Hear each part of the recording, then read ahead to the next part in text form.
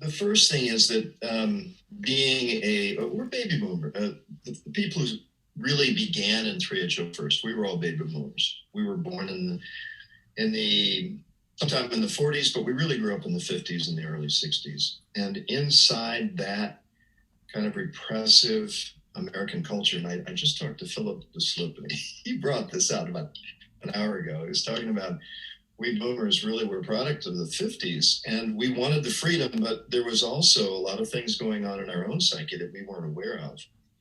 So I was aware that in the 60s, going into 1970,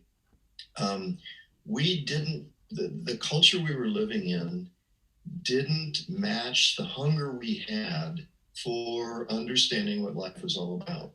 It didn't include community living. It didn't include education that talked about, 3HO. It didn't include how to be healthy in mind, body, and spirit.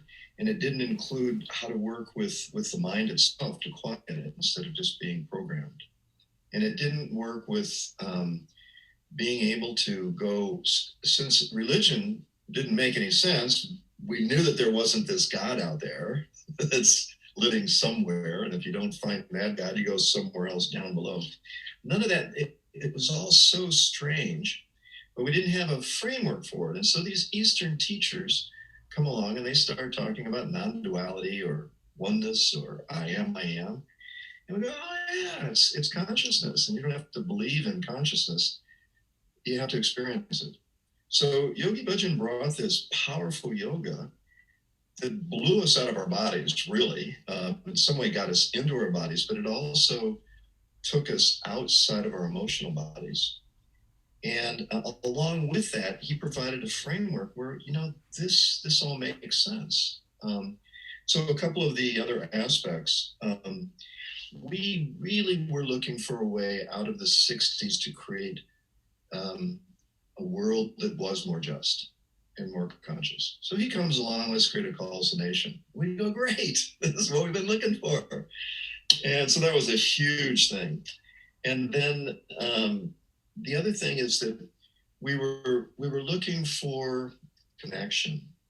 So he provides a yoga that we could connect with everyone in the classes, because what was going on from the 60s into the 70s, and then it proceeded, as we were being introduced to what is the field of connections. So we get in a yoga class, and we all do breath to fire and these hard-ass asanas, and God knows what else we did, but it actually created a very unified field. And then the teachers who were inside that field didn't know what the hell to do with it, me being one of them, being a yoga teacher. And then we lived in ashrams where we were actually creating a field of living people in one larger tree houses like we had in Toronto. We were constantly in this field of connection, but we didn't have any idea of how to be inside the field and let the people who were in charge of the ashrams to not be authoritarian, because the only model we had was this man who was essentially a sociopath. And he used the connected field in such a way where every time we would do our das, we would bring his name into things. And energetically, that's very powerful.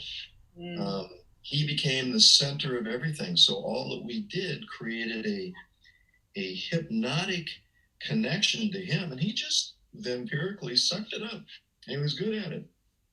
So we, as head of ashrams, we kind of modeled that.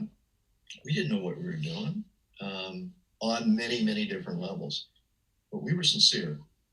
I think we were really sincere.